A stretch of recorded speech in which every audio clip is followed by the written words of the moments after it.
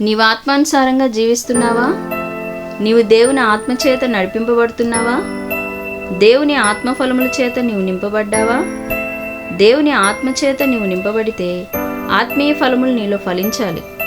ఆత్మీయ ఫలములు అనగా ప్రేమ, సంతోషము, సమాధానము, దీర్ఘశాంతము, దయాళత్వము, మంచితనము, విశ్వాసము, సాత్వికము, ఆశా నిగ్రహము. ఇవన్నీ నీలో ఉండాలి.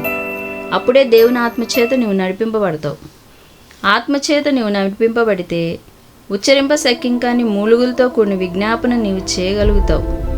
దేవుని ఆత్మ మనలో నివసించినప్పుడు మన శరీరం పాప విషయమై మృతమైనది, మన ఆత్మ నీతి విషయమై జీవము కలిగి ఉన్నది. దేవుని ఆత్మచేత ఎందరు నడిపింపబడుదురో వారందరూ దేవుని కుమారులై ఉందురు.